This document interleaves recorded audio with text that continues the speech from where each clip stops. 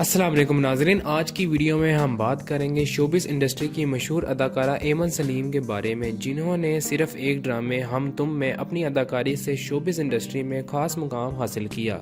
हम तुम में अरीबा खान के साथ काम करते हुए एमन ने मिशी का किरदार अदा किया, जिसे फैंस ने बेहद पसंद किया। नाज़रीन, आपको याद होगा कि इस ड्रामे में फैंस यही कहते थे कि एमन और अरसलान की जोड़ी बहुत ज़बरदस्त है और इन्हें हकीकी जिंदगी में भी शादी कर लेनी चाहिए। लेकिन नाजरीन, एमन ने जल्द ही शोबिस इंडस्ट्री से किनारा कुशी इख्तियार करके एक अमीर तरीन बिजनेसमैन से शादी कर ली, जिसकी शादी की वीडियोस ने सबको हैरान कर दिया। और हाल ही में एमन सलीम ने अपनी प्रेगनेंसी की खबर के साथ एक बेहुदा फोटो शूट करवाया, जिसमें उन्होंने मोटे पेट पर हाथ रखे पोज दिए। इनकी इस हरकत पर फैंस का रद्द-ए-अमल बहुत शदीद रहा। कई लोगों ने इनकी इस फोटो शूट को सख्त नापसंद किया और सोशल मीडिया पर इन्हें तनकीद का निशाना बनाया। नाजरीन, आपकी इस बारे में क्या राय है? क्या ये फोटोशूट वाकई बेहुदा था या ये एक आम सी बात है?